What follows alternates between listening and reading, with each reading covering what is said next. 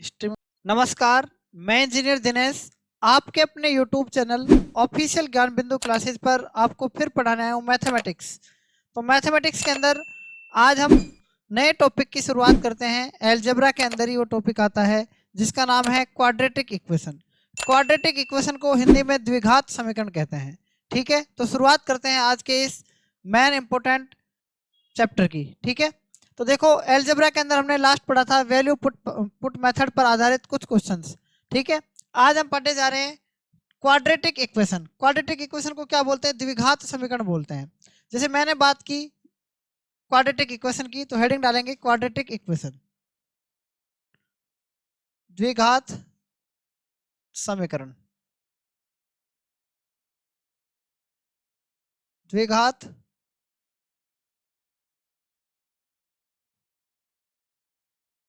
समीकरण। इसको क्या कहते हैं? क्वाड्रेटिक इक्वेशन कहते हैं। क्या कहते हैं? क्वाड्रेटिक इक्वेशन कहते हैं इसको।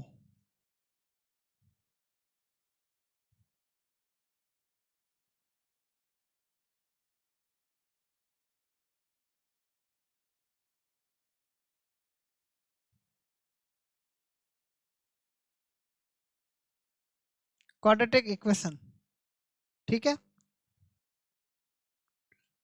इंग्लिश में क्या कहते हैं इसको?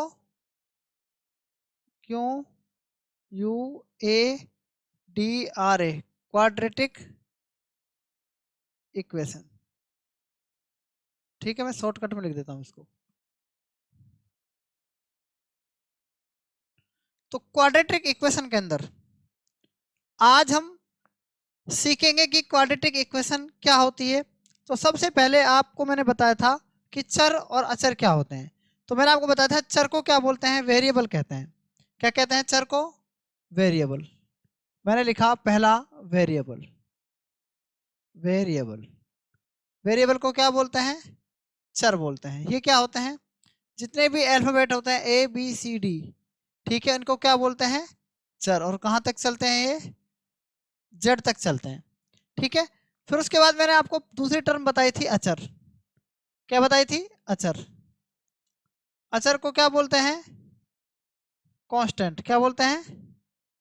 कांस्टेंट बोलते हैं। और कांस्टेंट में क्या आता है?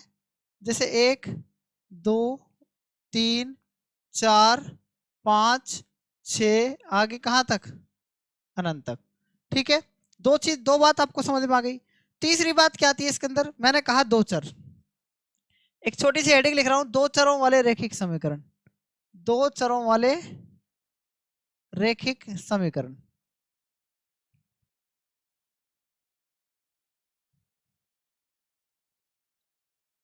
ये क्या होते हैं? इसमें देखना दो बातें हैं इसके अंदर। इसके अंदर कितनी बातें हैं दो चर वाले रैखिक समीकरण में? दो चर हैं, यानी कि चर कितने होने चाहिए? दो। और समीकरण क्या होने चाहिए? रैखिक। ठीक है, रैखिक भी होनी चाहिए, समीकरण भी होनी चाहिए, और दो चर भी होने चाहिए। तो मैं बात कर रहा हूं ऐसी चीज की। ठीक है, तो ध्यान से देखना ये बात कौन सी होगी इसके अंदर। जैसे मैंने लिखा एक्स। क्या लिखा मैंने? एक्स लिख दिया। क्या लिखा मैंने? एक्स लिखा। ठीक है, मैंने लिख दिया एक्स। फिर लिखा मैंने वाई। ठीक है, ये लिख दिया मैंने वाई। तो इसकी पावर कितनी है बताओ? इसकी पावर कितनी है? एक। इसकी पावर भी कितनी है? तो दो चर तो हो गए इसके अंदर, और इसको जीरो के बराबर कर देंगे तो क्या हो जाएगी? समीकरण। तो एक समीकरण हो गई। तो दो चर वाले एक रैखिक समीकरण के लिए दो समीकरणों का होना जरूरी है। मैंने एक समीकरण ले ली एक्स माइनस वाई, और इसका मान लिख दिया मैंने यहाँ पर दो, पांच, जो भी है। ये आगे समीकरण नंबर दो। यानी कि दो चरों वाले रैखिक समीकरण के लिए आपको दो चरों वाले रैखिक दो चरों वाले रैखिक समीकरण दो होने चाहिए। क्या होने चाहिए? दो चरों वाले रैखिक समीकरण कितने होने चाहिए? दो होने चाहिए। तब आप यहाँ पर एक्स और वाई का मान कैलकुलेट कर सकते हैं। तो सबसे पहली बात तो ये कि रैखिक समीकरण किसे कहते हैं? रैखिक समीकरण उसे कहते हैं किसी भी समीकरण की अगर घात अधिकतम एक होती है उसे कहते हैं रैखिक समीकरण। बात आ गई कि नहीं आगे समझ में? ठीक है, द्विघात समीकरण किसे कहते हैं? देखो चौथा पॉइंट जो आता है अपना, वो क्या आता है यहाँ पर? वो आता है द्विघात समीकरण। क्या आता है? द्विघात समीकरण। द्विघात समीकरण। एक बात और बता दूं आपको, द्विघात समीकरण की अगर हम बात करें, हाँ x की अधिकतम घात 1 1 है ना, तो इसका मान 1 1 ही आएगा। ठीक है, x का भी 1 आएगा और y का भी 1 आएगा। लेकिन द्विघात समीकरण क्या होती है? द्विघात समीकरण ये होती है, जैसे मैंने लिखा x की पावर -5। आप मुझे बताओ इसका मान अगर मैं 0 के बराबर कर दूं तो x का मान कितना आएगा? 1 ही आएगा ना, क्योंकि x की अधिकतम घात कितनी है? तो x -5 इधर को प्लस का 5 हो जाएगा। इतनी बात क्लियर हो गई ना। लेकिन मैं तो बात कर रहा हूँ द्विघात समीकरण की। मैं बात किसकी कर रहा हूँ? द्विघात समीकरण की बात कर रहा हूँ। मैं किसकी बात कर रहा हूँ? द्विघात समीकरण की बात कर रहा हूँ। तो द्विघात समीकरण में आप मुझे बताओ कि x की अधिकतम घात कितनी होनी चाहिए? 2 होनी चाहिए। ठीक है, x की अधिकतम घात कितनी होनी चाहिए? यहाँ लिख दूं, x की अधिकतम घात 2 होनी चाहिए। और x की घात माइनस कितना लिख दिया मैंने? यहाँ पर लिख दिया 36 और बराबर लिख दिया 0। तो द्विघात समीकरण के लिए क्या है कंडीशन, क्या होनी चाहिए? द्विघात समीकरण के लिए देखो क्या कंडीशन होनी चाहिए, मैं आपको बताता हूँ। देखो मैंने लिखा है x² - 36 बराबर 0। तो आप मुझे बताना x² - 36 को मैं क्या लिख सकता हूँ? बराबर ऐसे लिख सकता हूँ 36। ठीक है, और x का अगर मान लो स्क्वायर हटाऊंगा तो रूट लग जाएगा, तो √36। तो x का मान क्या आएगा? इसमें विशेष तौर से बात याद रखनी, प्लस का भी 6 आएगा और माइनस का भी 6 आएगा। जब भी हम रूट लगाते हैं ना तो प्लस का भी 6 आता है और माइनस का भी क्या आता है? 6 आता है। ध्यान रखनी है आपको ये बात। ठीक है, तो ये बात आपको समझ में आ गई होगी जो मैं आपको बताइए कि अगर x का मान हम क्या रखें, यानी रूट लगाएं, x का इधर रूट लग रहा है तो x का मान प्लस का भी आएगा, और ये विशेष तौर से याद रखना है आपको। अब हम चलते हैं द्विघात समीकरण के कुछ मेन इंपॉर्टेंट टॉपिक पर। देखो x का मान प्लस का 6 मैंने 6 ऐसे भी निकाल लिया, और दूसरा तरीका भी इसका निकालने का। दूसरा तरीका क्या है? देखो अगर मैं कहूँ आपसे x² - 36, अगर मान लो इसी को मैं निकालूँ ऐसे बराबर 0, तो इसको क्या लिख सकता हूँ? x² - 6 का स्क्वायर बराबर 0। तो आप बताओ इसको क्या लिख सकते हैं? a² - b² का फॉर्मूला है x + 6 और x माइनस क्या है 6 बराबर में 0। जब x + 6 को 0 के बराबर करेंगे तो x का मान -6 आ जाएगा, और x - 6 0 के बराबर करेंगे तो x का मान प्लस का 6 आ जाएगा। तो दोनों तरीके हैं इसके निकालने के। ठीक है, दोनों तरीकों से हम इसको क्या कर सकते हैं? कैलकुलेट कर सकते हैं। ये बात आपको समझ में आ गई होगी कि मैंने आपको क्या समझाया है। बात आ गई ना समझ में? अब हम चलते हैं किस पर?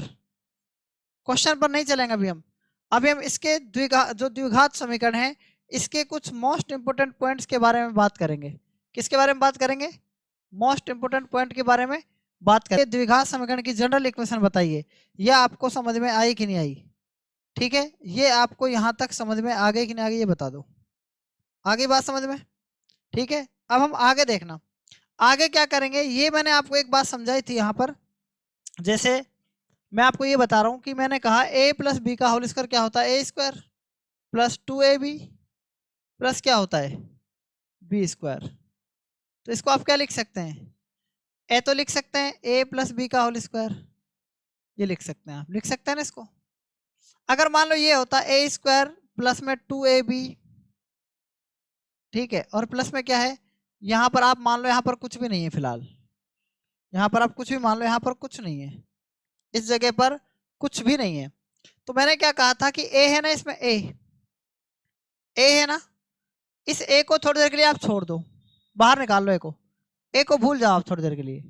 मैंने कहा a बाहर निकल गया इसमें से, मान लो क्या निकल गया? ये बाहर निकल गया। ठीक है, अब आप बताओ क्या बचा? b बचा, 2b बचा। अब 2b का आधा कितना होता है? 1b। उस b का क्या कर देंगे? स्क्वायर कर देंगे। इतनी बात क्लियर हो गई। तो ये फॉर्मूला क्या बन जाएगा? a + b का होल स्क्वायर। ये बात आपको समझ में आई कि नहीं बताओ? आ गई? ये तो है फॉर्मूले पर। मैंने कहा आपसे, मैंने लिख दिया x², क्या लिख दिया? फिर लिख दिया मैंने यहाँ पर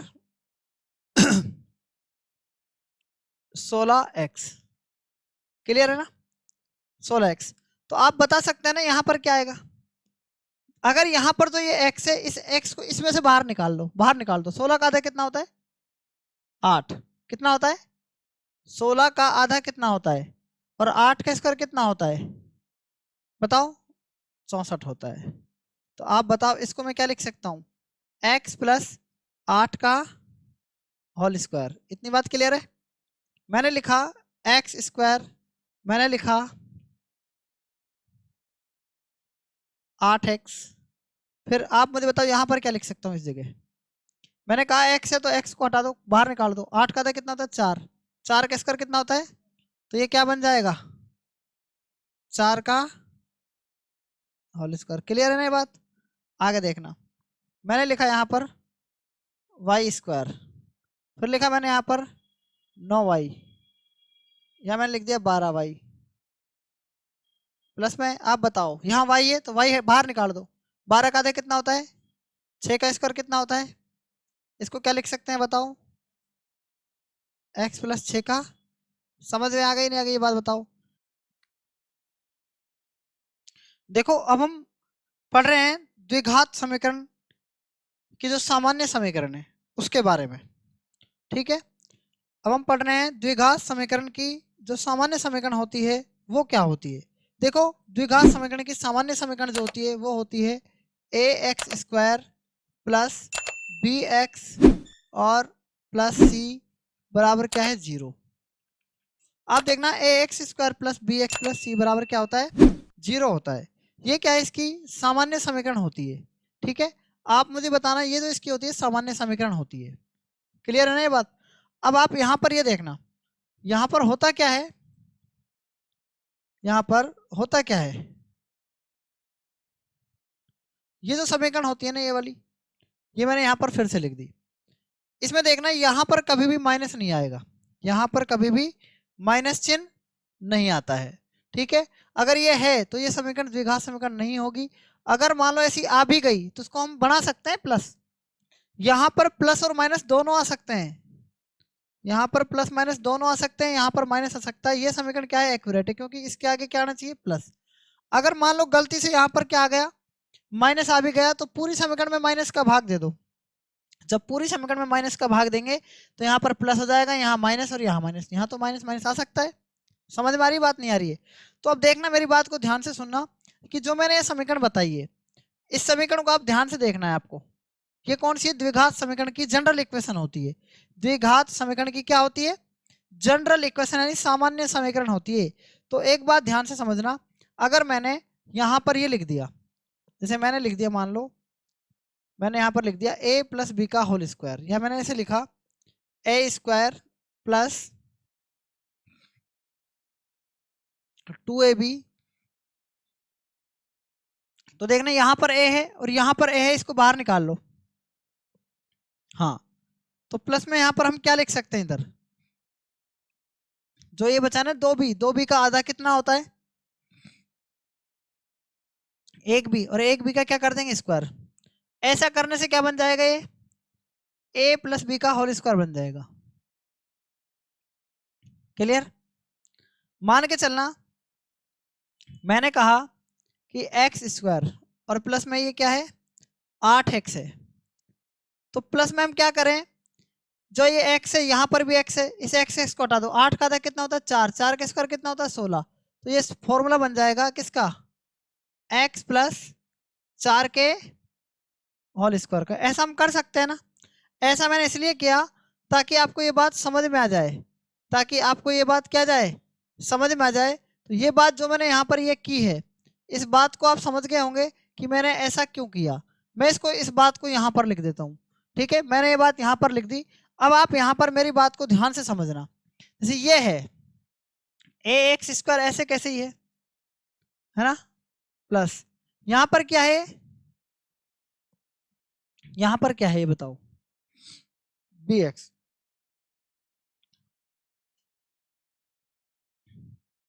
ये देखना आगे, मैं इस ए एक्स स्क्वायर में क्या कर रहा हूँ? इसको 2 से डिवाइड, ए से डिवाइड कर दूं। ऐसे डिवाइड कर दूं क्या? इस बी एक्स को भी किससे डिवाइड कर दूं? ए से डिवाइड कर दूं। और इस सी को भी किससे डिवाइड कर दूं? ऐसे डिवाइड कर दूं। तो कोई फर्क पड़ेगा क्या? नहीं पड़ेगा ना। इस ए से ये ए कट जाएगा। ठीक है, अब यहाँ पर क्या बचेगा? एक्स स्क्वायर बचेगा। यहाँ पर क्या बचेगा? बी अपॉन में ए एक्स बचेगा। और प्लस में क्या बचेगा? सी प्लस में ए, तो सी प्लस ए को मैं इधर ले आता हूँ 0 की तरफ, तो ये किसका हो जाएगा, माइनस का हो जाएगा। इतनी बात क्लियर। अब इतनी बात आपको क्लियर हो गई तो मैं आगे चलूं, ठीक है, माइनस सी अपॉन में ए। आगे देखना, अब ये देखना, मैंने कहा एक्स यहां पर है और एक्स यहां पर है, तो बी अपॉन ए का क्या कर सकता हूं मैं, आधा कर सकता हूं। बी अपॉन ए का क्या कर सकता हूं, आधा करूंगा तो 2 का भाग देना पड़ेगा ना, और इसका क्या कर सकता हूं, स्क्वायर कर सकता हूं। इतनी बात क्लियर हो गई कि नहीं होगी, ये बता दो। अगर आपको ये बात क्लियर हो गई तो समझ लेना आपको अब समझ में आ जाएगा। तो जो बात मैंने इधर की ना, वही बात मैं इधर भी करूंगा, क्योंकि समीकरण का रूल है कि हम इसमें इक्वेशन को क्या करते हैं, बराबर करने के लिए इसका भी स्क्वायर करना पड़ेगा। क्लियर है ना। अब ये किसका स्क्वायर बन गया बताओ, ये बन जाएगा x plus B upon 2a का स्क्वायर लिख सकता हूँ ना इसको मैं, नहीं बेटी बात समझ में, इसको ऐसा लिख सकता हूँ ना, ठीक है। आगे ध्यान देना, बराबर माइनस सी अपॉन में क्या है ए, और बी का स्क्वायर करेंगे तो बी स्क्वायर हो जाएगा, और 2a का स्क्वायर करेंगे तो कितना हो जाएगा, 4a का स्क्वायर हो जाएगा। तो देखना x plus B upon 2a का क्या कर सकता हूं, स्क्वायर कर सकता हूं, बराबर कॉमन क्या जाएगा बताओ, यानी एलसीएम कितना जाएगा, 4a स्क्वायर हो जाएगा। a का भाग देंगे तो कितनी बढ़ जाएगा, 4a, तो माइनस का 4ac बच जाएगा, ये प्लस प्लस। आगे देखना, अब यहां पर देखना क्या जाएगा, ये प्लस का बी स्क्वायर आ जाएगा ना, आ जाएगा ना, ये इसको ऐसा लिख सकते हैं अपन। आगे देखना, x plus B upon 2a का क्या है, ये स्क्वायर है कि नहीं बताओ, स्क्वायर है, तो इसको ऐसे लिख सकते हैं ना, बी स्क्वायर माइनस का 4ac, प्लस की चीज को पहले लिख सकते हैं, माइनस चीज को बाद में लिख सकते हैं, और 4a स्क्वायर बच ही जाएगा, बच जाएगा ना। स्क्वायर हटाएंगे यहां से तो क्या लग जाएगा, यहां पर रूट लग जाएगा रूट। तो x plus B upon 2a। आगे देखना, जब भी हम इसमें रूट लगाते हैं, जब भी हम यहाँ पर रूट लगाते हैं तो क्या होता है, अब देखना आगे, तो रूट लगाया था, क्या लगाया था, रूट, तो ये क्या बन जाएगा, प्लस माइनस का, ये तो बन जाएगा बी स्क्वायर माइनस 4ac, और इसके ऊपर क्या लग जाएगा, ये तो बन गया रूट ऐसे, ठीक है, और ये माइनस का भी आएगा। आगे देखना, बटा में क्या जाएगा, 4 का स्क्वायर क्या होता है 2, और a का स्क्वायर क्या होता है खाली 2a। इतनी बात समझ में आ गई कि ना, आगे बताओ आप, आ गई। अब देखना x, ये तो प्लस माइनस का b है था, प्लस का b बटा 2 है, इधर आके किसका हो जाएगा, माइनस का b बटा क्या लिख सकता हूँ इसको मैं, 2a, और क्या है प्लस का और माइनस का, थोड़ी देर के लिए under root b square minus 4ac, और बटा में क्या हो जाएगा, ये 2a हो जाएगा। इतनी बात क्लियर हुई कि नहीं, ये बताओ पहले आप एक बार, आपको ये बात आपको क्लियर हुई कि नहीं हुई, हो गई ना। अब आप आगे देखना, अब आप इस बात को आगे देखना, x बराबर जब भी नीचे 2a आ जाए तो एक बार लिखा जाता है, ये मैंने आपको बार बार बताया है, बार बार लिखा जाता है ना, यानी कि 2a एक बार लिखा जाता है, माइनस का क्या है b, plus minus under root, और क्या है बी स्क्वायर माइनस का 4ac। ठीक है, मैं इसको इधर लिख देता हूँ, मैं इसको इधर लिख देता हूँ, देखो मैं इसको इधर लिख रहा हूँ,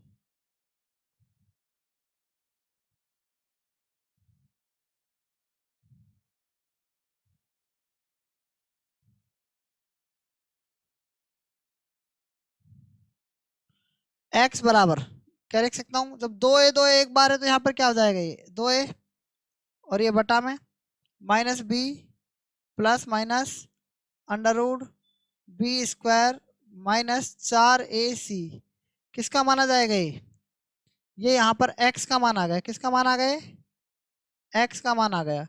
ये बताओ, ये बात आपको समझ में आ गई कि ना आ गई, ये जो फॉर्मूला होता है ना, ये द्विघाती सूत्र होता है। क्या होता है? द्विघाती सूत्र बोलते हैं इसको। क्या बोलते हैं इसको हम? द्विघाती सूत्र। और आप मुझे ईमानदारी से बताना कि जो द्विघाती सूत्र है, इसको हम श्रीधराचार्य सूत्र भी कहते हैं। क्या कहते हैं? श्रीधराचार्य सूत्र भी कहते हैं। ठीक है, धराचार्य सूत्र भी इसको क्या कहते हैं? हम कह सकते हैं। ठीक है, यह द्विघाती सूत्र है, श्रीधराचार्य सूत्र दोनों कह सकते हैं। ये बताओ, मैंने आपको प्रूफ करके बताया कि फॉर्मूला क्या होता है। क्या होता है? x बराबर minus b plus minus under root b square minus 4ac बटा में 2 है। समझ में आया कि नहीं आया बताओ ये फॉर्मूला। ठीक है, तो इस बात को आप यहाँ तक समझ गए होंगे। आगे हम चलते हैं नेक्स्ट फॉर्मूले पर। आगे हम चलते हैं, नेक्स्ट फॉर्मूला जो है हमारा वो क्या है। अब आप मुझे बताना यहाँ पर, ये x के कितने मान आए हैं? देखो, minus b plus minus under root b square minus 4ac। तो मैं अगली स्लाइड पर चलता हूँ। हमारा जो फॉर्मूला आया ना वो क्या आया? देखो, x बराबर minus b plus minus under root b square minus का 4ac बटा में क्या आया? 2a आया ना। तो इसका मतलब क्या होता है? इस फॉर्मूले का मतलब, मैं आपको इस फॉर्मूले का मतलब ही बताना चाह रहा हूँ। इस फॉर्मूले का मतलब क्या होता है? इस फॉर्मूले का मतलब होता है श्रीधराचार्य सूत्र या द्विघाती सूत्र। क्या होता है? द्विघाती सूत्र। तो आप इस फॉर्मूले को देखना है यहाँ पर। मैं इस फॉर्मूले को क्या लिख सकता हूँ, ये आपको समझना है। मैं इस फॉर्मूले को एक बार में ऐसे लिख सकता हूँ, या मैं ऐसे लिख दूँ यहाँ पर। इस फॉर्मूले को मैं यहाँ लिख रहा हूँ। इसका मतलब है x बराबर, x के दो मान आएंगे ना, तो दो मान का मतलब एक तो मान ये आ गया माइनस बी, एक बार यहाँ पर प्लस ले लूँ under root b square minus का 4ac बटा में क्या है? 2a। एक तो फॉर्मूला मैंने ये लिख दिया, एक तो फॉर्मूला ये आ गया इसका। दूसरा फॉर्मूला क्या आया? एक फॉर्मूला मैंने यहां पर लिख दिया, ये वाला।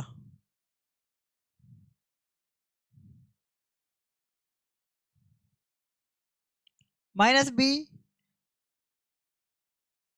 प्लस माइनस मतलब minus under root b square minus 4ac और बटा में क्या है? 2a। ठीक है, 2a। एक फॉर्मूला मैंने यहां पर ये लिख दिया।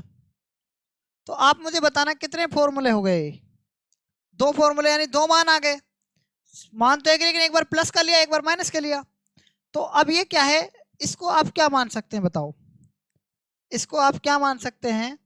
इसको मैंने मान लिया, यानी कि इसको मैंने मान लिया एल्फा। क्या मान लिया? एल्फा, यानी एल्फा मान लिया मैंने इसको। और इसको मैंने मान लिया बीटा। ठीक है, एक को मान लिया एल्फा, एक को मान लिया बीटा। तो ये एल्फा और एक बीटा, तो ये जो है ना, ये मूल कहते हैं इसको हम। एल्फा को क्या है? मूल, यानी एक्स का एक मान है ये। तो एल्फा क्या है? एक मूल आ गया। ये भी क्या है? मूल बीटा। इसको मूल भी कह सकते हैं, इसको मान भी कह सकते हैं, इसको और क्या कह सकते हैं? ठीक है, मान, मूल या बीटा की वैल्यू ये आ गई। यानी एक्स का मान एक तो ये आएगा और एक ये आएगा। अब आता है, इसको हम शून्यक भी बोलते हैं वैसे तो। क्या बोलते हैं? शून्यक भी बोलते हैं वैसे तो। ठीक है, लेकिन आप इसको रहना दो अभी थोड़ी देर के लिए। अभी आगे हम लिखेंगे इसमें, फिर आपको पता लग जाएगा। अब देखना, इनका अल्फा और बीटा को हम दोनों को जोड़ रहे हैं, तो ये आ जाता है शून्यकों का योग। क्या जाता है? शून्यकों का योग या मूलों का योग। मूलों का योग कर दो। तो मूलों का जब योग करेंगे तो क्या लिख सकते हैं इसको हम? Alpha plus beta. जोड़ना है इन दोनों को, तो minus b plus under root b square minus 4ac और क्या जाएगा? प्लस बटा में क्या है? 2a। एक बार लिख दूंगे, ये बताओ आप। एक बार लिख दो 2a और इसको जोड़ना है आप अपन को। क्या है? माइनस का क्या है? b। और क्या है यहाँ पर minus under root b square minus क्या है 4ac। अब देखना आप यहाँ पर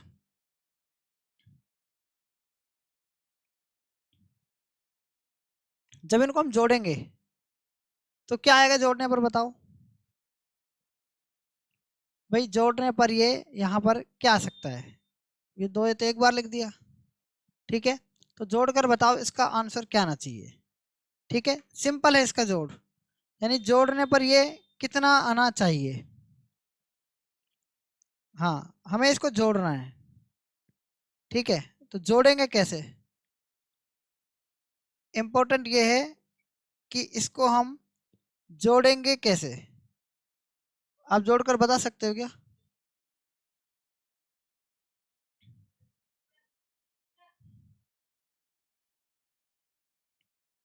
तो देखो मैं आपको इसको जोड़कर बता रहा हूँ, कैसे बता रहा हूँ जोड़कर, ध्यान देना।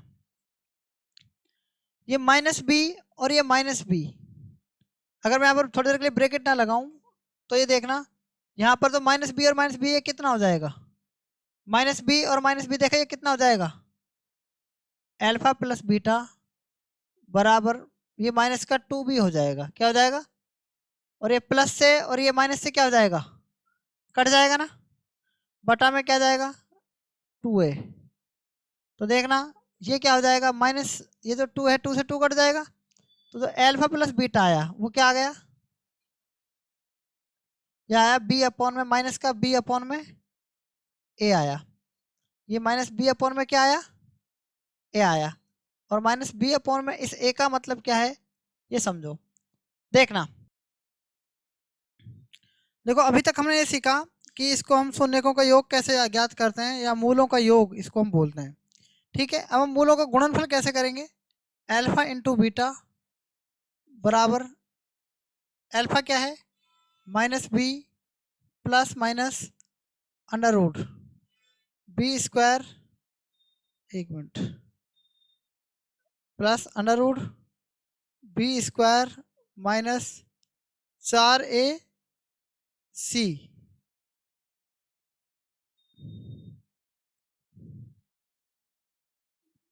Under root b square minus 4ac है ना, बटा में क्या है 2a, इनटू में क्या है ब्रैकेट लगाना जरूरी है, ठीक है, into minus b minus under root b square minus 4ac, ठीक है, बटा में क्या है 2a। आप देखना अल्फा इंटू जो बीटा है ये क्या है, इसको आप a मानो, इसको आप a मान लो, इसको आप पूरे को b मान लो, इसको आप a मानो, इसको पूरे को b मानो, तो a plus b a minus b का होल स्क्वायर बन जाएगा, a square minus b square, तो ए स्क्वायर माइनस बी का स्क्वायर मतलब क्या होता है, डायरेक्ट लिख दो प्लस का बी स्क्वायर,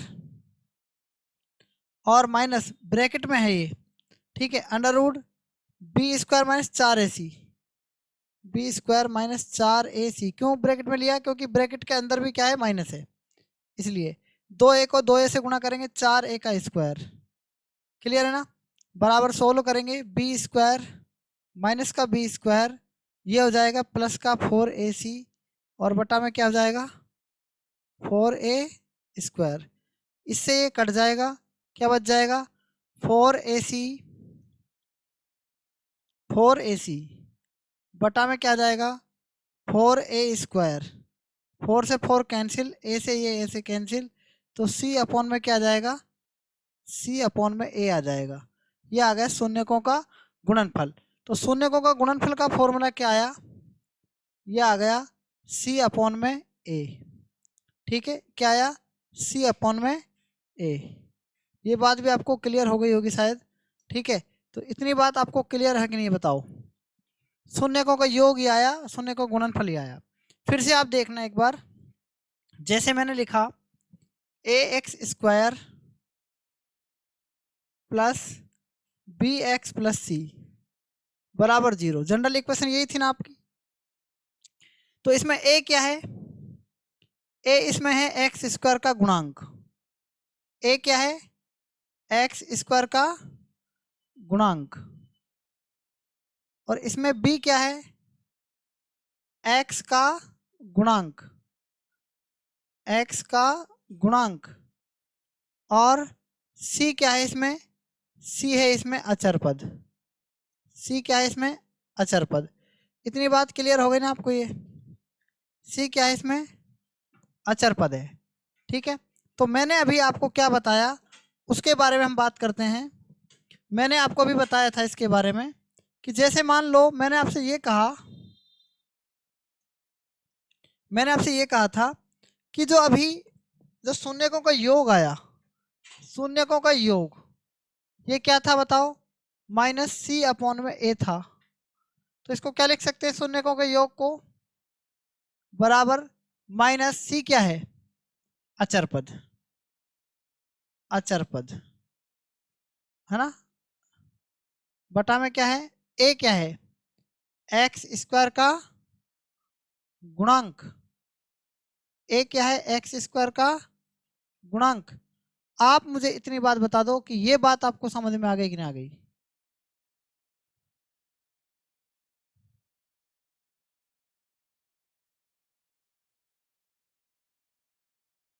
ये बात बता दो समझ में आई कि नहीं, आपको आगे नहीं बात समझ में आपको, ठीक है, ये बात समझ में आ गई ना।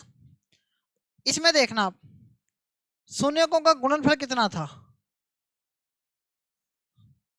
वो था देखो शून्यकों का गुणनफल माइनस बी अपॉन ए था ना, सॉरी एक मिनट गलती लिख दिया शायद यहाँ पर,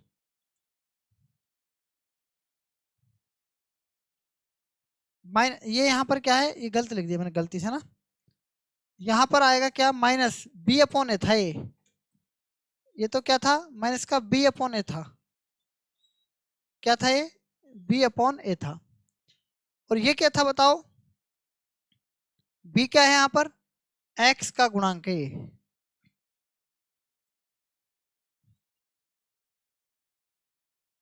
ठीक है ना। शून्य के योग का फॉर्मूला बी बट्टा है माइनस बी बट्टा है, और इसका गुणांक क्या है, शून्य का गुणनफल क्या है, ये था सी अपॉन ए, और सी क्या है यहाँ पर है अचर पद, और ए क्या है, ए क्या है बताओ एक्स स्क्वायर का गुणांक, ये रहा एक्स स्क्वायर का गुणांक। तो ये बात भी आपको क्लियर हो गई होगी, ठीक है, ये बात आपको क्लियर हो गई होगी, ठीक है, ये बात आपको बिल्कुल क्लियर हो गई होगी कि मैं आपको क्या समझाना चाह रहा था, आप अच्छे से इस बात को समझ भी गए होंगे, ठीक है। तो मेरे कहने का मीन्स मैंने आपको तीन चीजें बताई, मैंने आपको एक तो क्या बताया, मैंने आपको द्विघात समीकरण को निकाल के बताया, ठीक है, मैंने आपको क्या निकाल के बताया, द्विघात समीकरण को निकाल के बताया, और और दूसरा मैंने क्या बताया, शून्यकों का योग और शून्यकों का गुणनफल। तो तीन चीजें आ गई ना। तो जब आपकी जनरल इक्वेशन हो तो द्विघात समीकरण निकालने का फॉर्मूला क्या होता है बताओ, minus b plus minus under root b square minus का 4ac बराबर 0 बराबर 2 है, सॉरी बटा में 2 है, ठीक है। ये x बराबर क्या है फॉर्मूला है, ये किसका फॉर्मूला है, x बराबर का क्या है फॉर्मूला आ जाएगा। इस फॉर्मूले को आप बिल्कुल शांति से इसको याद कर सकते हैं, ठीक है, बिल्कुल सही तरीके से याद करना है, और ये फॉर्मूला आपके बार बार क्या है काम भी आएगा, ठीक है। तो पहला फॉर्मूला क्या है, देखो जनरल इक्वेशन जब ये हो, जब जनरल इक्वेशन ये हो तो द्विघात समीकरण का फॉर्मूला ये होता है, और इसके शून्यकों का योगफल का ये सूत्र होता है, शून्यकों के गुणनफल का ये सूत्र होता है, यानी हम मूलों का गुणनफल या मूलों का योगफल ज्ञात करना हो तो ये फॉर्मूला होता है। समझ में आई कि नहीं बात, ही बताओ। तो अब मेरी बात को आप ध्यान से समझना, अब मैं आपको क्या समझाना चाह रहा हूँ, अब मैं आपको समझाना चाह रहा हूँ जब आपको मूल दिए होंगे, क्या दिए होंगे, मूल दिए होंगे, तो आप क्या निकाल सकते हैं, समीकरण निकाल सकते हैं, और जब समीकरण दी हुई तो क्या आपने क्या निकाले, मूल निकाले थे ना, यानी कि x के मान निकाले थे। जो मैं आपको समझाना चाह रहा हूँ समझ गया ना। ये जो है ना एल्फा, ये एल्फा क्या है, ये एक्स का मान है। ये बीटा क्या है, ये भी एक्स का मान है। नहीं बैठी बात समझ में? तो अब छोटी सी बात समझना आप, मान के चलना आपको अगर सुन ये दिए हो मूल दिए हो, जब मूल दिए हो तो, जब क्या दिए हो, मूल दिए हो,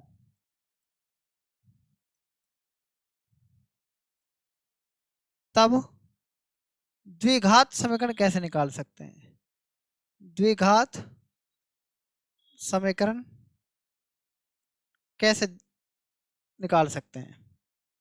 जैसे मैंने कहा आपसे, देखो पहले आपको क्या दिया गया था, यानी शून्यकों का योग, हमने मूलों का योग क्या निकाला, बताओ मूलों का योग क्या होता है? मूलों का योग, मूलों का योग को क्या बोलते हैं? अल्फा प्लस बीटा, अभी तो निकाला हमने, माइनस बी अपॉन में ए। और मूलों का गुणनफल क्या निकाला? मूलों का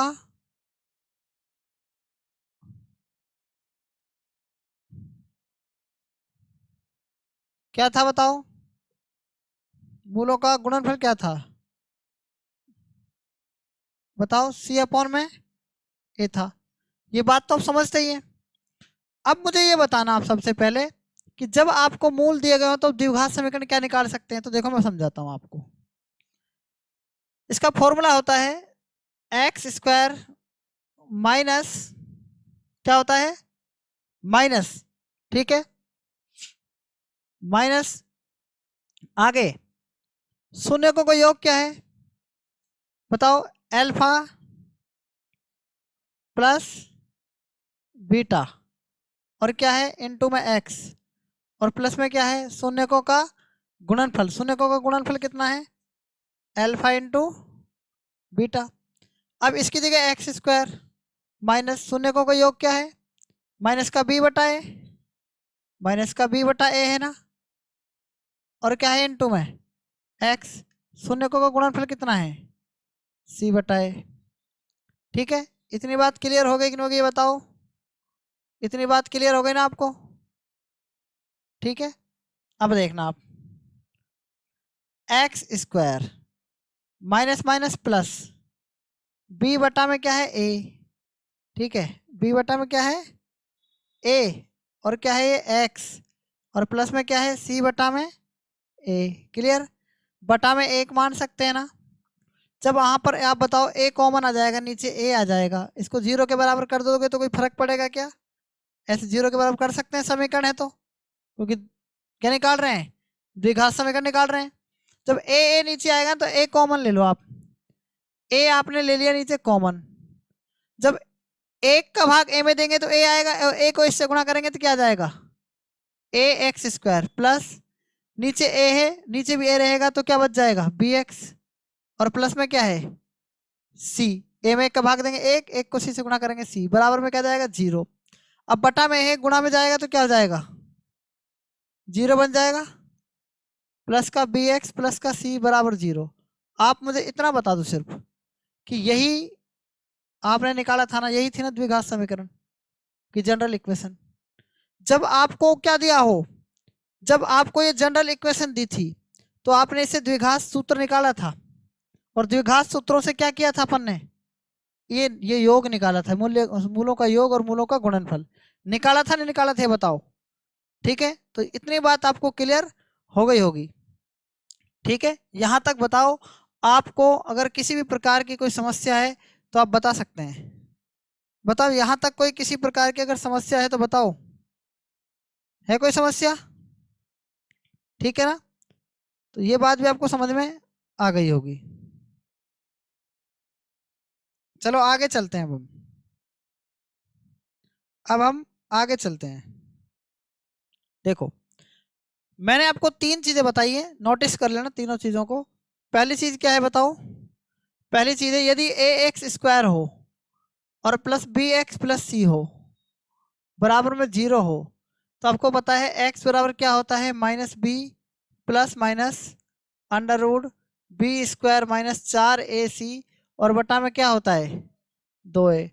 यदि आपको शून्यकों का योग चाहिए तो क्या होता है बताओ, माइनस बी अपॉन में ए। यदि आपको शून्यकों का गुणनफल अगर पता करना हो तो क्या होता है सी बटा ए। ये कितनी चीजें हो गई बताओ, ये 4 चीजें हो गई। कितनी चीजें हो गई है 4 चीजें हो गई। इन 4 चीजों को आपको पता होना चाहिए किस इनका ये कैसे आया है। ठीक है, ये किस प्रकार से मैंने निकाल के बताया, पहली बात, ये दूसरी बात, ये तीसरी बात और ये चौथी बात। ठीक है, नंबर 1 द्विघात समीकरण की जनरल इक्वेशन, दूसरा द्विघाती सूत्र, तीसरा शून्यकों का योग, चौथा शून्यकों का गुणनफल। सिर्फ 4 चीजें काम आएंगी, ये 4 चीजों को याद करना है आपको। ठीक है, वो मैंने आपको तो प्रूफ करके बताया फॉर्मूले आए कहाँ से। ठीक है, प्रूफ से क्या फर्क पड़ता है, प्रूफ क्यों करना चाहिए बताओ, आपको चीजें याद हो जाती हैं प्रूफ करने से। और एक बार इस पर टाइम देकर पढ़ना चाहिए, टाइम देकर हमने पढ़ा याद हो गया, अगर इसको मैं 1 मिनट में बताता तो शायद याद नहीं होता ये। ठीक है, तो आगे चलते हैं, अब हम क्वेश्चंस पर चलेंगे। किस पर चलेंगे, क्वेश्चंस की अब हम बात करेंगे। देखो क्वेश्चन को किस प्रकार से इसमें सोल्व किया जाएगा। ठीक है, इनके अंदर क्वेश्चंस को किस प्रकार से सोल्व किया जाएगा, ठीक है, ये इंपॉर्टेंट है। अब देखो शुरुआत करते हैं पहले क्वेश्चन की। ठीक है, तो पहला जो क्वेश्चन है उसको आप ध्यान से पढ़ सकते हैं। ये जो क्वेश्चन दिया हुआ है, इस क्वेश्चन की सहायता से आप इसका क्या निकाल सकते हैं, मूल निकालेंगे। क्या निकालेंगे, मूल।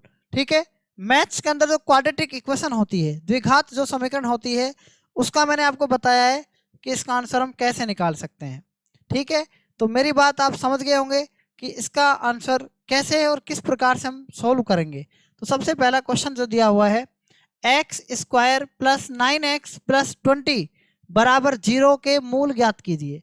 तो मेरी बात को ध्यान से समझना, मैंने आपको बताया था शून्यकों का योग। क्या बताया था, शून्यकों का योग। क्यों बताया था, देखो इसको अगर मेथड से करें ना, इस सवाल को मेथड से करें, मैं आपको इसमें कई मेथड बताऊंगा। ठीक है, जैसे पहला मेथड मान लो 10वीं के मेथड से कैसे करेंगे, एक्स स्क्वायर प्लस क्या है 9x प्लस क्या है 20 बराबर में क्या है 0। देखना एक्स स्क्वायर ऐसे कैसे ही, मैंने कहा एक्स को बाहर ले आओ, क्या बचेगा 9 बचेगा ना। 9x तो लिखना ही लिखना है आपको, 9x तो लिखना ही लिखना है ना।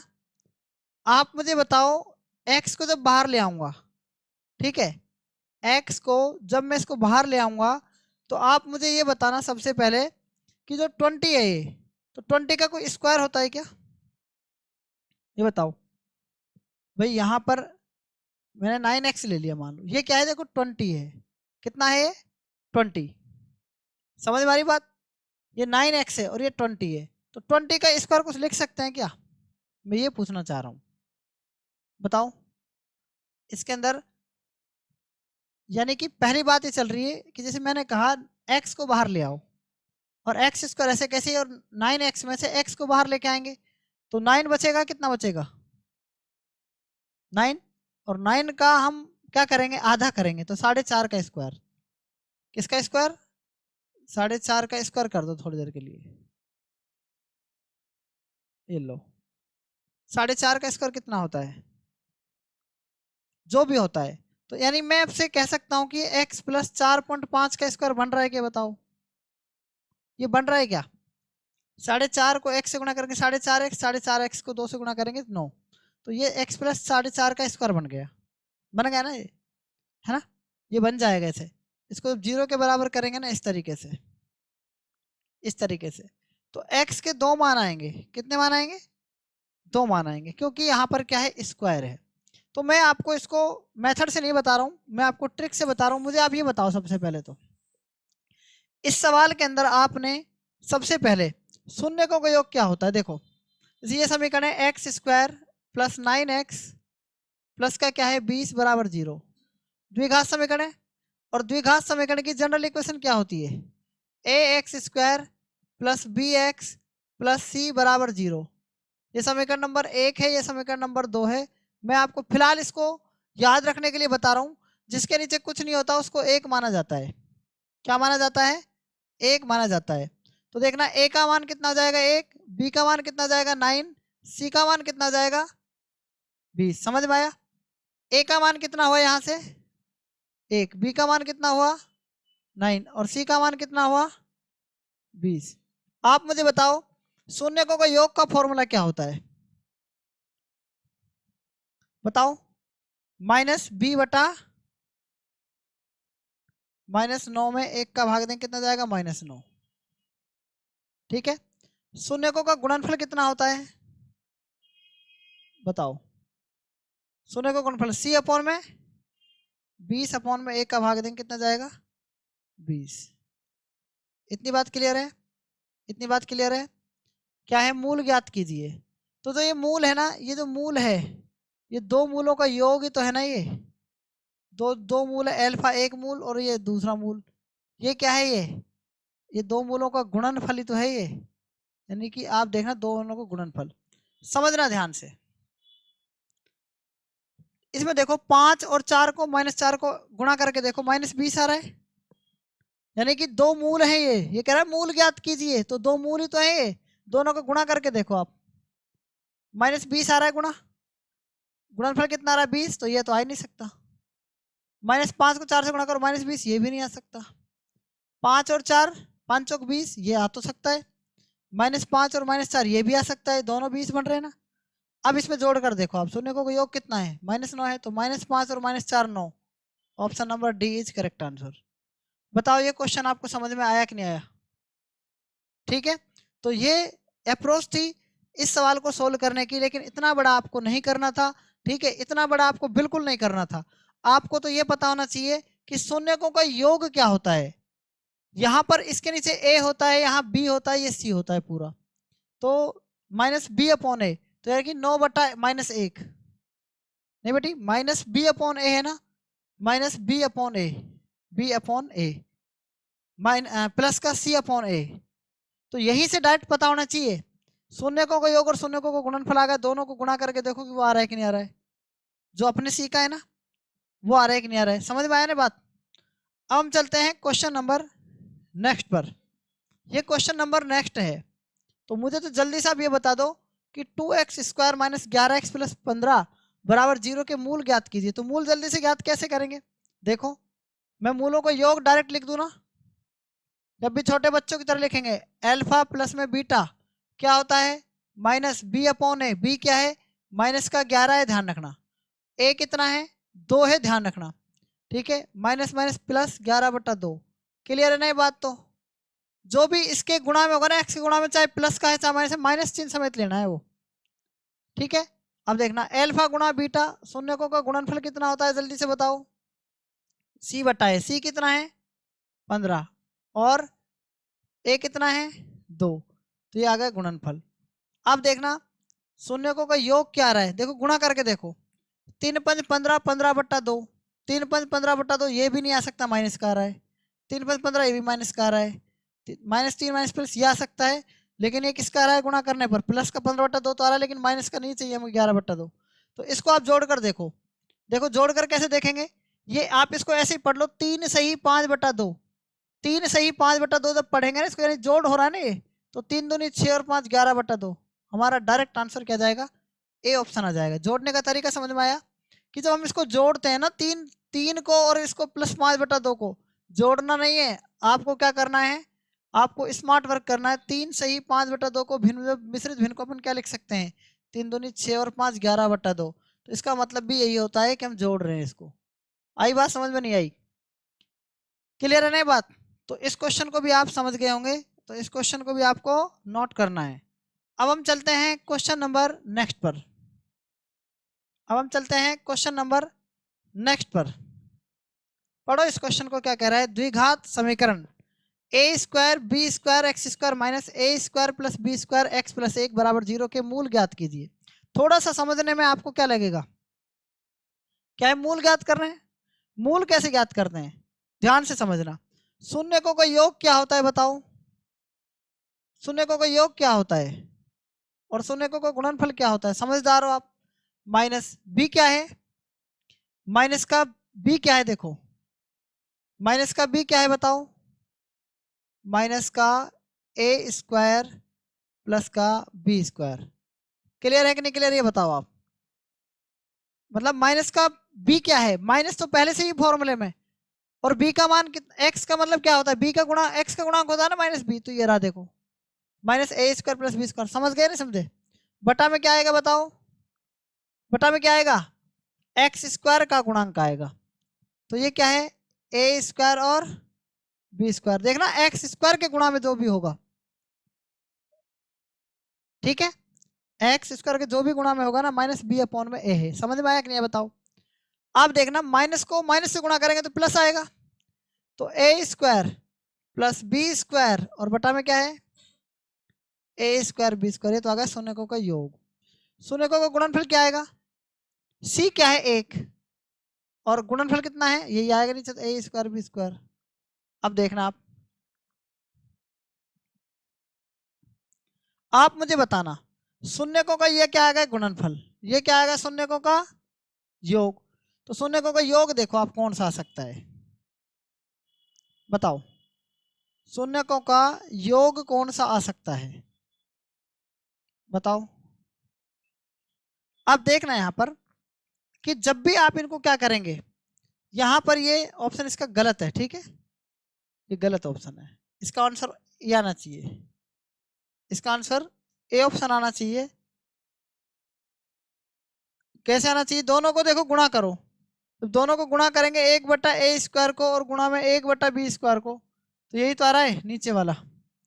जब दोनों को ऐड करेंगे एक बट्टा ए स्क्वायर और प्लस में एक बट्टा बी स्क्वायर, दोनों को ऐड करेंगे यानी योग करेंगे, तो बी स्क्वायर एकम बी स्क्वायर ए स्क्वायर, तो ए स्क्वायर प्लस में बी स्क्वायर बटा में क्या जाएगा ए स्क्वायर, और तो option number a is correct answer आ जाएगा। समझ में आया कि नहीं आया बताओ। क्वेश्चन नंबर चौथे की बात हम करते हैं। एक बात ध्यान से समझना, के किस मान के लिए द्विघात समीकरण 9x² प्लस 8 के माइनस 5 इंटू एक्स प्लस 64 बराबर 0 के मूल समान है, क्या है, मूल समान है। तो मूल समान कब होते हैं ये मैं आपको समझाता हूं। देखो क्वेश्चन नंबर जो नेक्स्ट है, के किस मान के लिए द्विघातीय समीकरण 9x² प्लस 8 के माइनस 5 एक्स प्लस 64 बराबर 0 के मूल समान है। कैसे करेंगे इस क्वेश्चन को, ध्यान से देखना। ये आपको इक्वेशन दी हुई है 9x² और क्या है प्लस 8 के माइनस 5 और क्या है एक्स प्लस 64 बराबर 0। जब मूल समान होते हैं ना, तो जो फॉर्मूला होता है ना आपका, उसके अंदर का जो बी स्क्वायर माइनस 4ac होता है वो क्या है 0 के बराबर होता है, ठीक है। बी स्क्वायर माइनस 4ac केवल 0 के बराबर होता है। बी का मान कितना है, देखो बी का मान कितना है यहाँ पर, बी स्क्वायर मतलब ऐसे कैसे ही माइनस 4ac तरह किसका हो जाएगा प्लस का, है ना, और बी का मान कितना जाएगा अंडर रूट 4ac। बी का मान देखो कितना है 8 के माइनस 8 पंज 40, ठीक है, बराबर अंडर रूट बी स्क्वायर कितना है 4ac, 4a का मान कितना है 4a का मान कितना है 9 है, और c का मान कितना है 64। इसका वर्गमूल 8, 3 का वर्गमूल 9 का वर्गमूल 3, 4 का वर्गमूल 2, 8 के माइनस 40 बराबर क्या है, ये है 8 के 40 इधर को 2 या 6 48, 48 और 40 कितने जाएंगे बताओ, 84 जाएंगे क्या, 88 होंगे ना, 88 जाएंगे। 8 से इसको काटेंगे तो कितनी बार कटेगा ये, तो के का मान कितना जाएगा, ये के का मान आ गया 11, के का मान क्या आ गया 11। देखो के का मान जो 11 है ना किसके साथ है, सी ऑप्शन आ जाएगा इसका।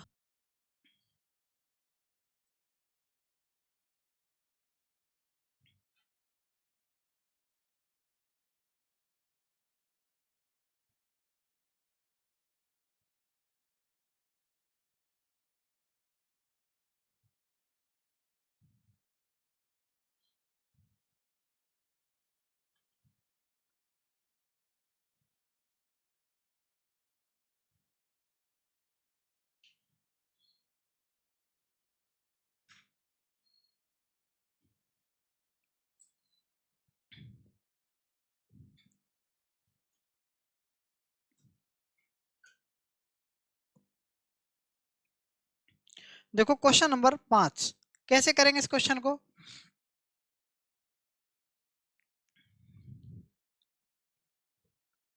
देखो द्विघात समीकरण 16x² माइनस 133x प्लस के स्क्वायर बराबर 0 के मूल व्यतुक्रमानुपाती हों।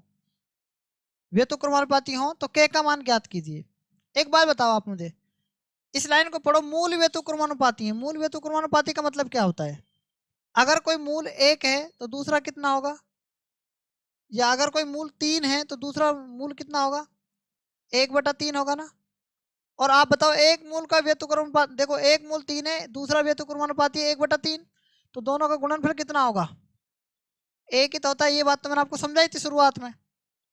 अगर कोई संख्या एक x है, दूसरी 1/x है, तो उसको गुणनफल कितना होगा। समझ में आया ना बात ये। अगर कोई गुणनफल मान लो 4 है, या कोई मूल 4 है, तो उसका व्यतुक्रमानुपाती क्या होगा, 1/4। और इन दोनों का गुणनफल कितना होता है, ये बात मैंने आपको समझा रखी है। तो आप बताना a का मान कितना है, यहाँ पर a का मान 16 है, b का मान कितना है -133, और c का मान कितना है, c का मान k² है। शून्यकों का गुणनफल कितना होता है, शून्यकों का गुणनफल कितना होता है बताओ। अचर पद बटा में क्या होता है, अचर पद है नहीं, कितना है, हाँ देखो c/a का मान कितना है 16। आप मुझे ये बताना ये है क्या, शून्यकों का क्या है, गुणनफल है। शून्यकों का क्या है, गुणनफल। और शून्यकों का जो गुणनफल है, जब शून्यकों का गुणनफल मैंने आपको बताया व्यतुक्रमानुपाती हो, तो इसकी जगह तो 1 लिख सकते हैं ना। पता लग गया क्यों लिख सकते हैं, क्योंकि शून्यकों का गुणनफल 1 आएगा। तो k² बटा में 16 जो है ना। थोड़ा सा मैं अप्रोच लगाने के लिए बता रहा हूँ इस बात को, ठीक है।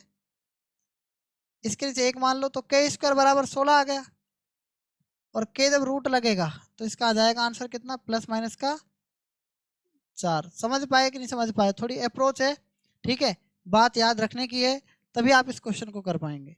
समझ में आ गया होगा आपको ये सवाल, ठीक है। अगला क्वेश्चन देखो क्या है।